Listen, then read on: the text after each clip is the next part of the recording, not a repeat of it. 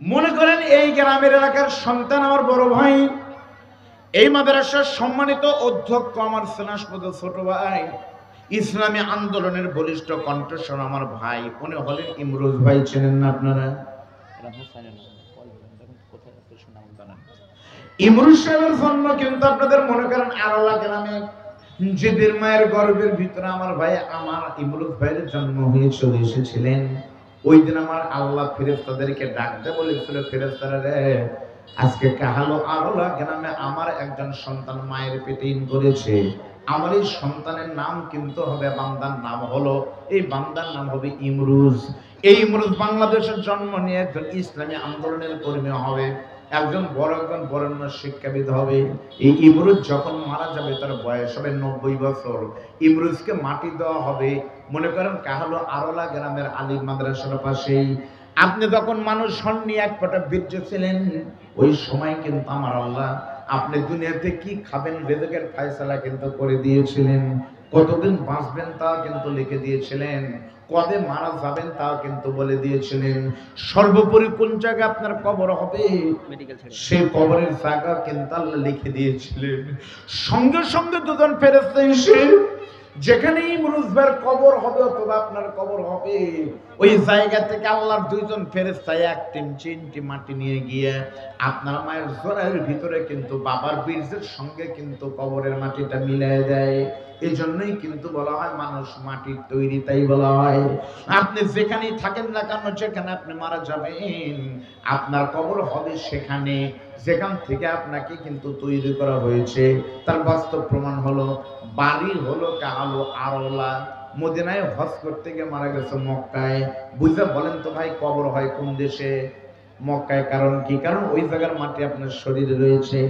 আরো যদি সুন্দর একটা প্রমাণ চলতে যান তাহলে জানেন আমাদের সকলের মুরব্বী কোরআনের পাখি, কে না জানে যত বড় বক্তা আসুক না কেন বন্ধু, মুফতি আমির হামজা আসবে, আমির হামজার একরকম স্বাদ মনে হবে। আমার বড় ভাই ডক্টর মিজানুর রহমান আজহারী, তার স্বাদ একরকম মনে হবে। কিন্তু এখন পর্যন্ত আমার তো বিশ্বাস কিয়ামত পর্যন্ত যত বক্তা আলোচক বাংলাদেশে আসবে সকলের নম্বর হবে 2 নম্বর। আল্লামা সাইদির অভাব কেউ পূরণ করতে পারবে না। সেই কোরআনের পাখি আল্লামা সাইদি যখন চলে গেলেন, এখানে বহু মানুষ কিন্তু সাক্ষী।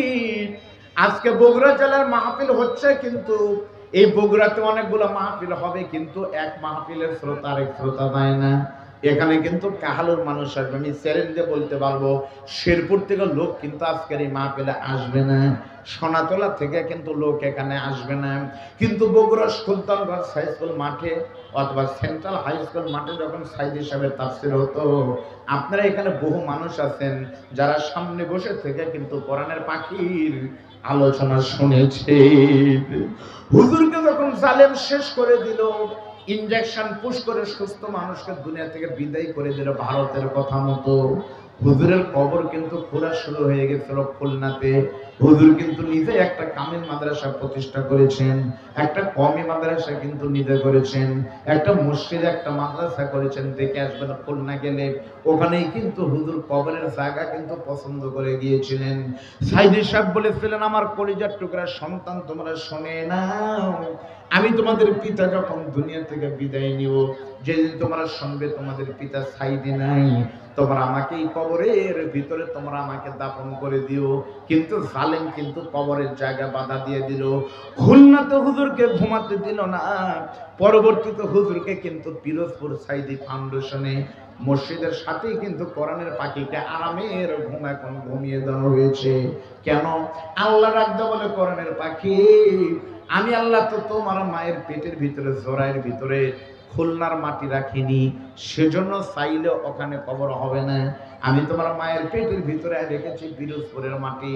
এখান থেকে আবার প্রমাণ হলো মুরব্বী, সত্যি আমরা মাটির তৈরি, ঠিক না? তাহলে মানুষ মাটির তৈরি, তার ব্যাখ্যা কি 3টা পাইছেন আপনারা? এটাই কিন্তু তাফসিরে লেখা আছে, এইভাবে মানুষ মাটির তৈরি, তার ব্যাখ্যা হলো মোট 3টি। বলেন কয়টি? শেষ। এবার আপনাদেরকে আমি একটা কথা বলবো, আমার মুখের দিকে তাকান। এই পৃথিবীতে আসার আগে আমরা একটা জগতে ছিলাম। আপনারা বলেন তো ওই জগতের নাম হলো, আলেমদের কাছে জিজ্ঞেস করলে আরবিতে বলবে, আর আপনারা বলবেন বাংলাতে। আলেমরা বলবে আলমে আরওয়াহ, রুহের জগৎ। আর আমরা বাংলাতে বলবো আমরা রুহের জগতে ছিলাম, ঠিক না? আচ্ছা, রুহের জগতে থাকতে আল্লাহ একটা প্রশ্ন করছিল। আপনারা কে বলতে পারবেন ওই প্রশ্নের নাম কি? কি প্রশ্ন করছিল? আরে তাই তো মাওলানা ভাষণ, আল্লাহ বলেনি বান্দা কি দেওয়া হাত খাবে, বাংলাদেশে যায় তুমি কোন দল করবে তাই বলছিল? আল্লাহ বলেছিল এই বান্দা, আলাস্তু বিরাব্বিকুম, আমি কি তোমাদের রব নই?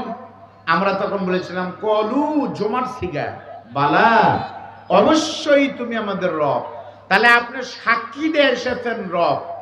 এই দুনিয়াতে এসে যদি রবের গোলামি না করেন, তাহলে বললেন একটা করলেন একটা, তাহলে আপনি মুনাফিক না? আমাদের এখানে বহু লোক এসেছে, বইয়ের কাছে ছুটি লিখছে, কয় শোনো আজকে কিন্তু কামের যাবো না, কে কয় আজকে কিন্তু ওয়াজ শোনা লাগবে, আমির আমাদের ওয়াজ আছে। তাহলে ওয়াজ শোনার কথায় কয় যারা রাস্তায় ঘুরতেছে এরা কি? না না, অত বড় ফটো আমরা দেবো না, তারা কামটা ঠিক করেছে না, আসেন তাড়াতাড়ি। বহু লোক আছে যারা অফিস আদালত বাদ দিয়ে কিন্তু আছে, আসেনি। কিন্তু মৌলানা 4টা পর্যন্ত মাদ্রাসা, আজকে চলে এসেছে আগেই। ওই যে আমার এক ভাই টিকা দেয় ডাক্তার, ঠিক আছে তো ভাই, আজকে অফিসে দেয়নি, কারণ না না টিকা দরকার হলে দুমো না, একদিন কি হয়েছে ওয়াশ করার সময় লাগবে, ঠিক না? এখানে বাহিরে এই ঠিক ঠিক করছো, দাঁড়ায় থেকে বস, ঠিক খাড়ায় থেকে এবার মাথা ধার দিয়ে দাঁড়ায় আছেন, কে কি বউ মরছে না মরবি? বসে, কোন লোক দাঁড়ায় থাকবে না, বসে।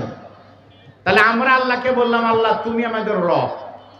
এখন আমি আপনাদেরকে বলবো রব অর্থ কি, খেয়াল করেন। রব ছিললেই ও শেষ, মালিকের পরিচয় না জানলে পারে কোনোদিন গোলামি করা যায় না। বলেন তো ভাই, মালিক যদি না ছিলেন তাহলে গোলামি করা যায়? আমরা মালিকের পরিচয় জানি না, রব কাকে বলে।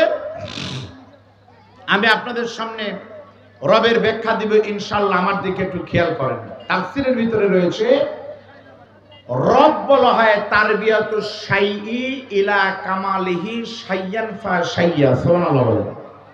অর্থ হলো নাই থেকে যিনি পরিপূর্ণতা দান করেন তিনি হলেন রব। সবাই বলেন, বুঝে বলেন, নাই থেকে, জোরে বলেন কি থেকে? নাই থেকে যিনি পরিপূর্ণতা দেন, তাফসীরের ভাষায় তিনি হলেন রব। আমরা আগে ছিলাম নাই, সবাই বলেন আমরা আগে ছিলাম কি? আরো জোরে কোন? নাই। আপনারা কি ছিলেন? না, আমরা ছিলাম কিন্তু নাই। নাই থেকে কিন্তু হলাম মাটি, এই মাটি থেকে হলাম কিন্তু খাদ্য, খাদ্যর ভিতর থেকে হলাম কিন্তু বাবার শরীরের রক্ত, এই রক্ত থেকে হলাম কিন্তু আবার বীর্য, এই বীর্য ট্রান্সফার হয়ে চলে গেল মায়ের জরায়ুর ভিতরে, সেখান থেকে মায়ের পেটের ভিতরে ছিলাম, আবার বীর্য থেকে হলাম 40 দিন পর কিন্তু রক্ত, ওই রক্ত আরো 40 দিন পর আল্লাহ বানালেন কিন্তু আমাদের এক ফোঁটা গোশত, ওই গোশতের ভিতরে আমার আল্লাহ তাআলা এমন রব, ওই গোশতের ভিতরে 360টা কিন্তু জয়েন্ট দিলেন, 266টা হাড্ডি দিলেন, এরপরে হাড্ডি গুলোকে আবার গোশত দিয়ে ঢেকে দিলেন।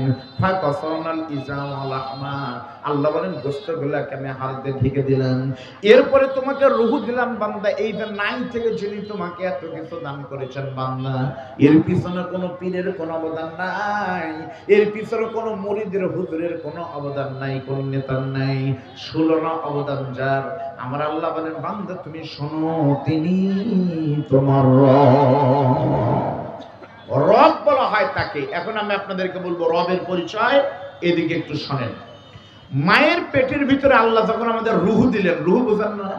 রূহ শব্দের অর্থ হলো আল্লাহর হুকুমে যখন আমাদের জীবন আসলো, তখন কিন্তু মায়ের পেটের ভিতরে আমরা বললাম খাবার দাও। রূহ আসা মাত্রই কিন্তু পেটের ভিতরে আমাদের ক্ষুধা লাগছিল। আচ্ছা বলেন তো, পেটে যখন ক্ষুধা লেগেছিল তখন পৃথিবীর কেউ কি খাবারের ব্যবস্থা করেছে আমাদের ভাই? সবাই জোরে বলেন তো, খাবারের ব্যবস্থা যিনি করলেন তিনি কে? জোরে বলেন।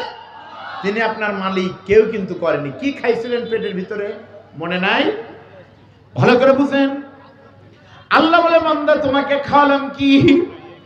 তোমার মায়ের পেটের ভিতরে কোনো হোটেল নেই, কোনো খাবার নাই, সেজন্য আমি আল্লাহ তোমার এমন রব, তোমার মায়ের পেটের ভিতরে যে কয়দিন তুমি বাড়াওনি, যে কয় মাস পেটে থাকো, ওই পেটের ভিতরে তুমি সন্তানের খাবারের জন্য আমি আল্লাহ তাআলা তোমার এমন রব, তোমার মায়ের পেটের ভিতরে কিন্তু মায়ের মাসিকটা কিন্তু আমি বন্ধ করে দিয়েছিলাম। মায়ের মাসিক কিন্তু আমি আল্লাহ হতে দেইনি।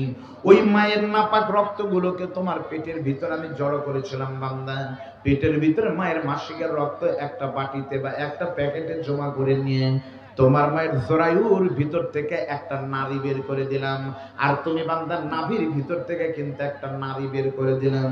তোমার মায়ের জরায়ু আর তোমার নাভির সঙ্গে দুটো তার আমি এক জায়গায় জয়েন করে দিলাম।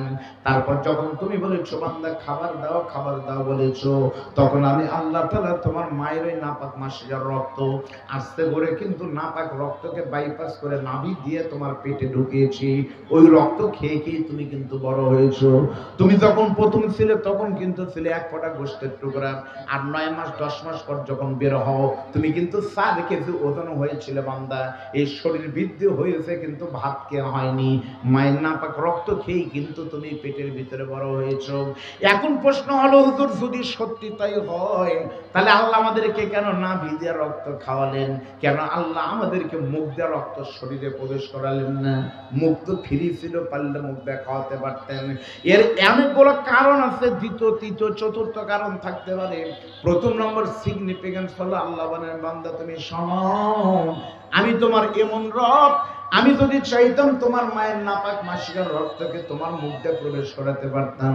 তোমার মুখ দিয়ে যদি নাপাক মাসিকের রক্ত প্রবেশ করাতাম বান্দা, তাহলে দুনিয়াতে আসার অনেক আগে তোমার মায়ের নাপাক রক্ত লেগে তোমার পবিত্র মুখটা নাপাক হয়ে যেত।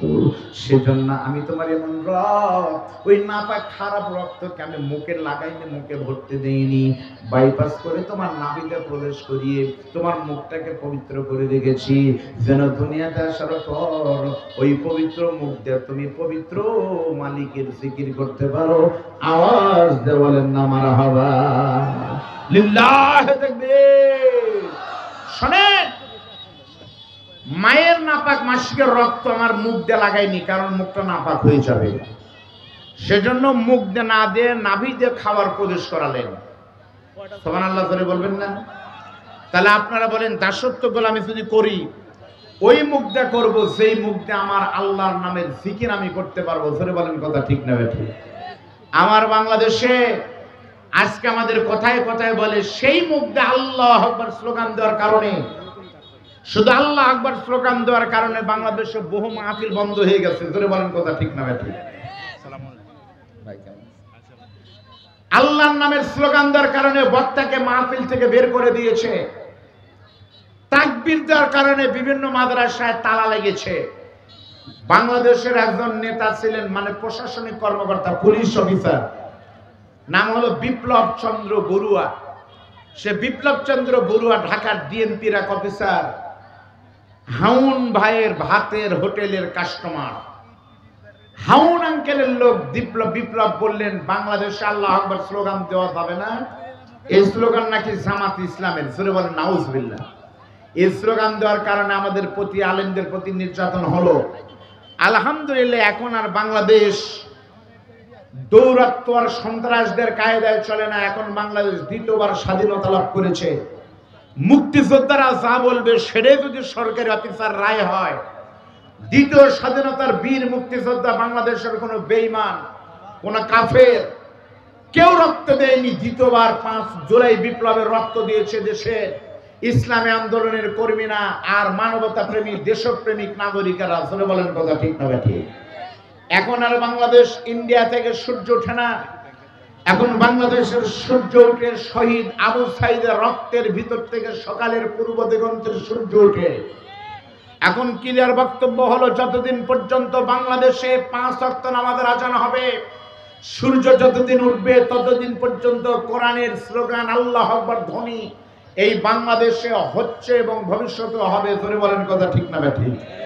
ভবিষ্যতে আর কোন জালেম এসে যেন আমাদেরকে আল্লাহু আকবার বন্ধ করতে না পারে, এমন দলকে আমরা আবার নিয়ে আসবো না, খাল কেটে কুমির, যেন নতুন করে আবার সে আগের মতো হয়, সেদিকে খেয়াল রাখা দরকার। ধরে বলেন কথা ঠিক না ঠিক? সেজন্য আমাদের স্পষ্ট দায়িত্ব, এদেশের প্রশাসন আমাদের ভাই, প্রশাসন আমাদের শত্রু না। তবে ভুলে গেলে হবে না, প্রশাসনের গায়ের পোশাক, এসপি সাহেবের গাড়ি বাড়ি বাংলো, এগুলো সরকারের বাপের টাকায় কেনা হয় না, এগুলো কেনা হয় গরিব মানুষের ট্যাক্সের টাকা, ধান আর আলু বিক্রি করা টাকা দিয়ে। চলে বলেন কথা ঠিক না ঠিক? এই বাংলাদেশে যদি পূজা হয়, পূজাতে বাধা না হয়, হরিবাসরের কারণে হরিবাসর যদি বন্ধ না হয়, খ্রিস্টানদের বড় দিনে যদি আনন্দেতে কোনো বাধা না হয়, এই বাংলাদেশে কোরআনের মাহফিল কেন বন্ধ হবে আমাদের জানাতে হবে। চলে বলেন কথা ঠিক না ঠিক? এই বছরে ডক্টর ইউনূসের সময়ও গত বছর পূজার ভিতরে কিন্তু কোরআনের মাহফিল পূজার কারণে বন্ধ হয়ে গেছে। আমরা এটা চাই না। স্পষ্ট বক্তব্য, যতদিন পর্যন্ত বাংলাদেশ চলবে স্বাধীনভাবে ধর্ম কর্ম সবাই আনন্দের সাথে পালন করবে, হিন্দুদের জায়গায় হিন্দু, খ্রিস্টানের জায়গায় খ্রিস্টান, মুসলমানের জায়গায় মুসলমান। আমাদের শান্তিকামী মুসলমানের গায়ে যদি কেউ ঢিল দিতে আসে, সেই বেঈমানকে আমরা ছেড়ে আর দেব না। চলে বলেন কথা ঠিক না ব্যাঠি? এদিক তাকান। তাহলে ভাইরা বলেন, আমাদেরকে আল্লাহ তাআলা এইভাবে করে সৃষ্টি করলেন। রব বলা হয় তাকে। সর্বশ্রেষ্ঠ রবের পরিচয় দেওয়ার জন্য আপনাদের বলছি, খেয়াল করেন, এই পৃথিবীতে প্রত্যেকটা প্রাণী কিন্তু খাবার খায়। খাবার খায় না এমন কোন প্রাণী কিন্তু পৃথিবীতে নাই মুরব্বী। আপনারা বলেন তো, আপনাদের বাড়িতে তাদের মুরগির বাচ্চা আছে, মুরগির বাচ্চা বোঝেন না? আচ্ছা, মনে করেন একটা মুরগির পেটের নিচে দুটো ডিম দিলেন, একটা হলো মুরগির ডিম আর একটা হাঁসের ডিম। এই মুরগির ডিম আর হাঁসের ডিমের ভিতরে মা তা দিয়ে ডিম বের হলো, ডিমের ভিতর থেকে দুটা বাচ্চা বের হলো, একটা হাঁসের ডিম আর একটা মুরগির ডিম। বুঝবেন? মুরগির ডিম বের হলো, ডিম থেকে বাচ্চা বের হলো, হাঁসের বাচ্চা বের হলো। খেয়াল করেন।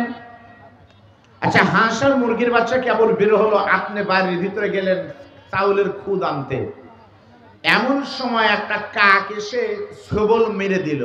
কাউয়া তো ছিল আগে, কাউয়ার অত্যাচারে কয়েকদিন আগে হাঁস মুরগি মানুষ কেউ শান্তি পায়নি। আলহামদুলিল্লাহ এখন আর কাউয়াই খুঁজে পাওয়া যাচ্ছে না। কে খেলবে? খেলার লোকই নাই, ঠিক না? আচ্ছা বলেন তো, মুরগির বাচ্চাকে ধরার জন্য কাক এসে যখন ছবল মারে, তখন মুরগি কি করে? মুরগির বাচ্চা, মনে করেন একটা কাক এসে মুরগির বাচ্চাকে ছবল মারে, সঙ্গে সঙ্গে খেয়াল করে দেখবেন মুরগির বাচ্চা কিন্তু ঘরের ভিতর দৌড় মারে, আর হাঁসের বাচ্চা কিন্তু পুকুর পাশে থাকলে কিন্তু পুকুরে লাফ দেয় না। এখন আমার প্রশ্ন হলো, মুরগির বাচ্চা তো কেবল মায়ের পেট থেকে বের হলো, হাঁসের বাচ্চা তো কেবল মাত্র সবে মাত্র বের হলো। কে বলে দিল মুরগির বাচ্চারে তুই মানে ঘরের ভিতরে ঢুকবি? আর কে বলে দিচ্ছে হাঁসের বাচ্চা তুই পানির ভিতরে ঝাঁপ দিবি? আমার আল্লাহ বলে, বান্দা তুমি শোনো, মুরগির বাচ্চাকে এই বুদ্ধি যিনি দিয়েছেন তিনি তোমার রব। চিন্তা করেন, মুরগির বাচ্চার সামনে আপনার চাউলের খুদ দিবেন। আমাদের এলাকায় আমার মা, আমার শাশি দেখেছে মুরগির বাচ্চা যখন কুচিয়ার ভিতর থেকে, কুচিয়া তো বুঝেন, কুচিয়া কবল যখন বের হলো মার পেট থেকে, আপনি বলেন তো মুরগির বাচ্চার সামনে আমরা কিন্তু খেতে দিই চাউলের খুদ। আপনারা বগুড়ার লোক কি দেন? খুদ দেন না? আচ্ছা বলেন তো চাউলের খুদ কেন হয় ভাই? আচ্ছা, চাউল ভাঙ্গুক খুদ হোক এই নিয়ত করে কেউ কি ধান শুকায়? আমাদের দিকের কোন মহিলা এই নিয়ত করে না, খুদ হোক চায় চাউলি হোক। এজন্য আমি নিজে প্রমাণ ছোটবেলায় দেখছি ভাই, আমাদের গ্রামের এক চাষি ভাই খুবই এক্সপার্ট ছিল। সেই চাষি ধান চাকতে পারতো, চাকা বুঝেন না? আমার মায়েরা ধান রোদ্রের চাষির কাছে নিয়ে যেত, ও দাদু চাষি একটু দেখেন তো চাউলের কি খবর। তখন আমার ওই দাদি কি করতেন, 3-4টা ধান ভেঙে নিয়ে দাঁতের নিচে দিয়ে বলতো, না সমস্যা আছে। আরো একদিন রোদ দিয়ে একটা ডায়াবেটিসের সিবিসি টেস্ট করে কালকে নিয়ে আসো, একদিন রোদ দেওয়া লাগবে, তাও পরীক্ষার রিপোর্ট নিয়ে আসো। আরেকজন বলতো না আর একটু রক্তে ঝামেলা আছে, আজকে সারাদিন আর রোদ দেওয়া লাগবে। আরেকটা মুখে দিয়ে বলতো তাড়াতাড়ি তোলো, হয়ে গেছে ধান। কেমন ধান? একটাও ভাঙবে না, একবার ক্লিয়ার। সার্টিফিকেট নিয়ে আপনি বস্তা নিয়ে ভ্যান নিয়ে অটো রাইস মিলে চলে গেলেন। এখন তো অটো রাইস মিলের ভিতরে গেলেন, এত সুন্দর করে আপনি পরিপাটি করে ধান দিলেন রাইস মিলের ভিতরে। আপনি বলেন তো ভাই, শত চেষ্টা করার পরেও রাইস মিল হোক আর অটো হোক আর যাই হোক, চাউলের ভিতরে খুদ বাড়ায় কি বাড়ায় না? কেন বাড়ায়? তার জবাবটা দেওয়া লাগবে। কেন? অটো রাইস মিল যতই প্রযুক্তি হোক না কেন, আমার রব কিন্তু জানে যদি চাউল না ভাঙে তাহলে খুদ হবে না, আর খুদ না হলে আমার মুরগির বাচ্চার রেজেক হবে না। সুবহানাল্লাহ বলেন। সেজন্য আপনার মুরগির বাচ্চার গোশত কিন্তু আপনি খাবেন, ডিম কিন্তু মুরগির আপনি খাবেন। আর মুরগির রেজেকের চিন্তা যিনি করেছেন মুরব্বি, তিনি হলেন মুরগির রব। মুরগির বাচ্চার সামনে আপনি চাউলের খুদ দেবেন। মুরগির বাচ্চা কিন্তু প্রথমে খায় না, খাওয়ার নিয়ম জানে না, সেজন্য চাউলের সামনে গিয়ে কিন্তু এরকম শব্দ করেন, দেখেন হয় না, কি বলে জানেন? মুরগির বাচ্চা তখন আমার রবকে ডাক দেবেন, মালিক এই যে চাউলের খুদ না, এগুলো কি কেমনে খাবার নিয়ম কি?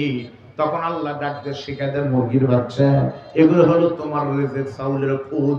তুমি যেহেতু এখন ছোট আছো, বালেগ হওনি, তোমার ধৈর্য হতো ছোট, সেজন্য গোটা চাউল তুমি খেতে পারবে না, তোমার হজমের সমস্যা হবে, মুখে ঢুকবে না।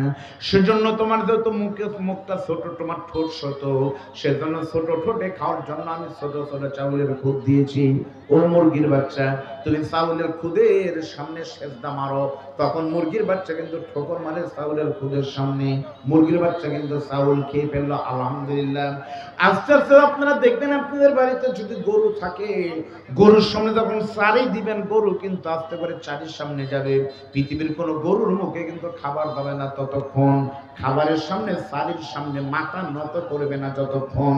ছাগলের সামনে আপনি যদি কলার গাছ অথবা মানে কাঁঠালের পাতা দেন, কাঁঠালের পাতা কতক্ষণ পর্যন্ত ছাগল খেতে পারবে না, যতক্ষণ পর্যন্ত মাথা নত না করবে। এমনকি আপনাদের এলাকায় যদি কখনো সার্কাসের হাতি আসে, সার্কাসের হাতির সামনে আপনি দুটো কলার গাছ দিবেন, সার্কাসের হাতি যদি মনে করে আমি মাথা নত করব না, তাহলে কিন্তু মুখে খাবার যাবে না। শর্ত হলো মাথা কিন্তু নত করতে হবে কলার গাছের সামনে। তার মানে আল্লাহ বুঝালো, বান্দা পৃথিবীর প্রত্যেকটা প্রাণীর মাথা নত হবে কিন্তু রিজিকের সামনে। আর আপনি আমি যখন খাবার খাই, আমার মাথা কিন্তু খাবারের সামনে নত হয় না, ভাতের প্লেটের সামনে কিন্তু আমি উপর হয় না, বরং মুখের মাধ্যমে আমার আল্লাহ তাআলা মুখ পর্যন্ত কিন্তু হাতের মাধ্যমে খাবার নিয়ে আসে। আল্লাহ বলে, বান্দা তার মানে কি বুঝলে? পৃথিবীর প্রত্যেকটা প্রাণীর মাথা নত হবে রিজিকের সামনে, আর মুসলমানদের মাথা নত হবে কেবল আমার রব আল্লাহর সামনে। লিল্লাহি তাকবীর। তাহলে আপনাদের শেষ একটা কথা আমি বলবো, রবের পরিচয়। মুসলমানদের মাথা নত হবে কেবলমাত্র, সবে মাত্র, একমাত্র যার সামনে। ও মুসলমান, আপনার আওয়াজ, ডান হাতটা একটু আকাশের দিকে তুলেন, সবাই হাতটা তুলেন, ডান হাত আকাশের দিকে তুলে আওয়াজ দিয়ে বলেন, আমার আপনার মাথা নত হবে কেবলমাত্র যার সামনে। জোরে বলবেন, তিনি কে? আরো জোরে বলেন, তিনি কে? আরো জোরে বলেন, তিনি কে? লিল্লাহি